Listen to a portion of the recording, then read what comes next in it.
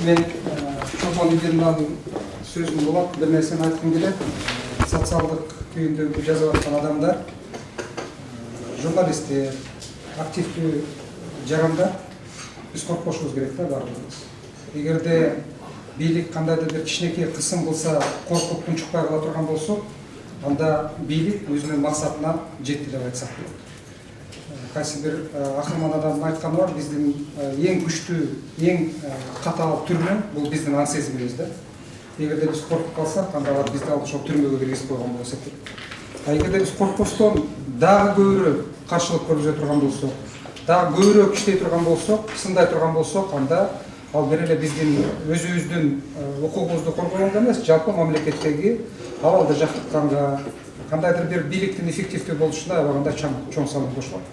Біз өткенде бір 3-4 күн мұрда Чолпон Идемнің екеуміз кофейняда кофе ішіп отырсақ, бір қызық оқиғаға куә болдық та. Қырғызстандағы білімді өлі бір адам, көрінікті өлі адам, біз барымыз жақшыланып, сатын айтып керегі жоқ. Социалдық түйіндерді аябағанда активті адам, келіп Чолпон Идемнің рахмат айтып, қолдауыңыз үшін рахмат. Бірақ мен аябай қорқып атам. Сен маға қайра-қайра қат жазышып атады, мені сұраққа шақырып атышады деп, өзінің аябағанда қорқып атқанын көргізді да. Мен бір жағынан аябағанда таң қалдым, шынын айтсам. Шындай білімді өлі адамдар ушул социалдық түйіндерде қандайдыр бір өзінің пост жазғанға, же болмаса қандайдыр көзқарашын айтқанға қорқып қалғаны, бұл біздің мемлекетіміздің бүгінгі күнде шын деле аябағанда оор абалға келіп қалғанын дәлелі болып есептеледі. Мейлі білімі жоқ адам болса, жоқ білімді адамдар қорқа баштады Қырғызстанда. Ошон үчүн биз колубуздан келишинче аракет кылышыбыз керек. Бүгүн эмне үчүн биз коркпошубуз керек? Эмне үчүн социалдык түйүндөрдүн биздин саясатка, мамлекеттин, бийликтин эффективдүү болушуна чоң салымы бар. Биз ошол жөнүндө айтышыбыз керек да. Мисалы, мындан 4-5 жыл мурда Атамбаев менен ал убактагы премьер-министр Сариев кайра-кайра айтып атып биздин бардыгыбызды Бажы союзуна киргизишкен.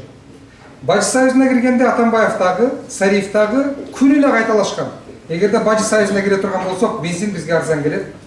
Бажы союзуна кире турган болсок, биздин социалдык экономикалык маселелерибиздин бардыгы чечилет. Бажы союзуна кире турган болсок, биздин мигранттарыбызда бардык кыйынчылыктар жоюлат дагы, алар Россиядагылары Россиядагыдай, Казакстандагылары Казакстандагы жарандардай алардын укуктарын ала баштайт деп. Эгер де социалдык түйүндөр болбосо, биз ошол айткан маалыматтарды биз бүгүнкү күндө алып чыга алат белек.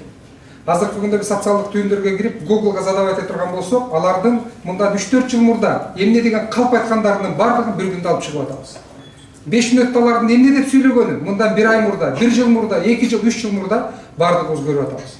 Бул биздин бүгүнкү күндөгү социалдык түйүндөрдүн, саясаттын, мамлекеттин ролуна, өзгөрүшүнө, жакшы иштешине бийликтин аябагында чоң салым кошуп атканын дәлел болуп эсептелет. Ошондуктан биз социалдык түйүндү эркин кармаганга, социалдык түйүндөрдө биздин саясатчылар, жарандар, коомдук активисттер, журналисттер коркпой турган аянтча кылганга аракет кылышыбыз керек. Мен кече күнү бул жерге келерде атайын даярданып, эл аралык мыйзамдарды карап чыктым. Сөз эркиндигинин ичинде азыркы күндө жаңы бир термин пайда болуп тур да. Англисче freedom of speech деп коет, а freedom of speech'тин ичинде дагы бир сөз бар экен, hate of speech деген. Кандайдыр бир деңгээлде орусча ненавистная свобода слова, же болбосо кандайдыр бир орой сөз эркиндиги деген дагы түшүнүк пайда болуп тур да. Эми орой сөз эркиндиги дагы кандайдыр бир деңгээлде ал эч кандай бийлик тарабынан, улуттук коопсуздук тарабынан куугунтук алына турган бүгүнкү күндө сөз болуп эсептелбейт экен эл аралык практикада. Эгерде биз мынакей Чолпон Идемна жана айтып кетти. Карап туруп, Атамбаев, мен сени көрөйүн деген көзүм жок десем, бул оройраак сөз кандайдыр бир деңгээлде.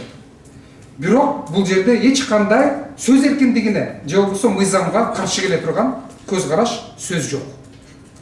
А эгерде кайсы бир журналист же болбосо жаран Атамбаев, мен сени көрөйүн деген көзүм жок, биз жарандар бардыгыбыз чогулуп алып бүгүнкү күнү же болбосо бир айдан кийин Атамбаевди кууп чыгышыбыз керек десек, анда бул мыйзамга каршы келе турган сөз. Анткени бул жерде призыв болуп атат. Мен так айтсам болот, Атамбаев, мен сени көрөйүн деген көзүм жок. Сен Кыргызстандын тарыхындагы эң алсыз, эң колунан келбеген, эң реформа жасай албаган, калп сүйлөгөндөн башка колуңан эч нерсе келбеген президентсиң. Бул орой сөз туура.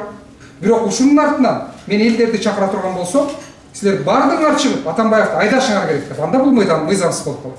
мына биз ушундай жазып атканда, жана Чолпон жана сиз айтып кетпедиңизби? Биз дагы ушундай бир журналисттик этиканы, кандайдыр бир маданиятты дагы өзүбүз сактаганга аракет кылышыбыз керек да. Эгерде канчалык биз ушундай эрежелерди так биле турган болсок, анда ошончолук өзүбүздү коргогонго, азыркы күндөгү социалдык түйүндөгү аянтчаны коргогонго бизге көбүрөөк мүмкүнчүлүк пайда болот. Ошон үчүн мен муну атай айтып атам, бул жерде активдүү адамдар келгенден кийин. Биздин айтып аткан сөзүбүздө орой сөз болсо дагы бул жаман эмес. Бийликке карата бул боло берет. Бирок биздин айтып аткан сөзүбүздүн ичинде чакырык болбош керек. Мыйзамсыз нерселерге, туура эмес нерселерге, азыркы күндөгү биздин бийликтин чыгарган жанагындай нравственный нерселерине каршы турган чакырыктар болбош керек да. Ошон үчүн биз экинчи жагынан бийликке каршы туруу менен бирге биз өзүбүз да колубуздан келишинче маданияттуу, өзүбүз да кандайдыр бир моралдык принциптерди, кандайдыр бир баалуулуктарды сактаган жарандардан болушубузду биз баардыгыбыз чакырышыбыз керек. Рахмат.